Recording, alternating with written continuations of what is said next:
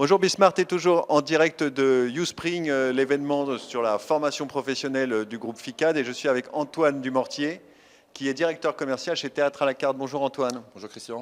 Alors dans Théâtre à la carte, il y a le mot théâtre, on connaît le théâtre d'entreprise et tous les avantages de prendre du recul, susciter le dialogue, créer des réactions. Mais j'ai l'impression que Théâtre à la carte, c'est plus que ça, non ? Tout à fait, effectivement. Alors, Théâtre à la carte, initialement, a été créé il y a 32 ans, Wow. avec effectivement le théâtre d'entreprise comme cœur de métier. Ouais. Donc, c'est vraiment resté notre cœur de métier. On a vraiment différentes modalités. Mais c'est plus que ça, comme vous venez de le dire, puisque à travers les années, on a réussi vraiment à déployer des nouvelles modalités, alors qui se rattachent plus ou moins au théâtre. On a toujours ce cœur de métier. Mais on a vraiment déployé la réalité virtuelle, par exemple, pour compléter aussi l'aspect théâtral, qui est une modalité très moderne et très efficace. On va voir également toute une partie de production audiovisuelle. Donc on va compléter le théâtre par le cinéma, par des vidéos, des films institutionnels de sensibilisation et de formation. Et puis finalement, le théâtre est un outil pour changer les comportements, pour sensibiliser. Et donc on a pu l'intégrer progressivement dans des formats plus longs, vraiment de formation, qui vont mêler le théâtre, les apports pédagogiques, les exercices, les jeux, et aussi les mises en situation, parce qu'on va vraiment mettre en mouvement les apprenants, et pas uniquement les faire regarder du théâtre. Et du coup, quelles sont les formations qui vous sont le plus demandées ?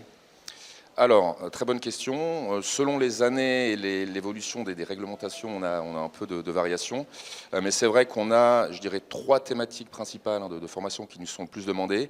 La prise de parole en public, à enjeu, toute forme de prise de parole. On a même une entité qui s'appelle PitchMe qui est dédiée à ça. Donc ça serait peut-être la thématique numéro 1 et qui n'est pas prête de se tarir. Ouais.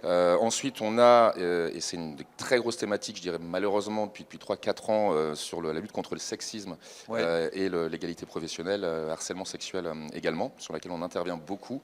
Et puis enfin, la troisième, tout ce qui est, en élargissant un peu, tout ce qui va être discrimination, diversité, inclusion, sous toutes ces formes, sur laquelle on est pas mal également sollicité. Puis je finirai, puisque cette année c'est très prégnant, la sécurité. D'accord. Mais justement, pour en revenir à la diversité et inclusion, comment est-ce que la formation permet de lutter contre les discriminations ? Très bien. Alors, très bonne question également.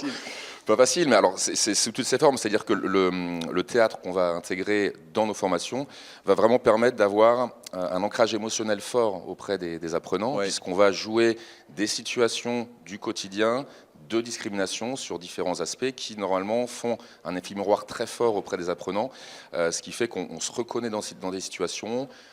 On en voit, sans se sentir pointé du doigt non plus, mais on reconnaît des choses. Et donc, grâce au théâtre, on va libérer la parole, ancrer les messages de manière un peu plus forte. Éveiller les consciences. Et éveiller les consciences, évidemment, sur le sujet. Super. Eh bien, merci beaucoup. Merci. Et je vous souhaite une bonne après-midi. Merci Christian, bonne journée. Merci. Au revoir. Au revoir.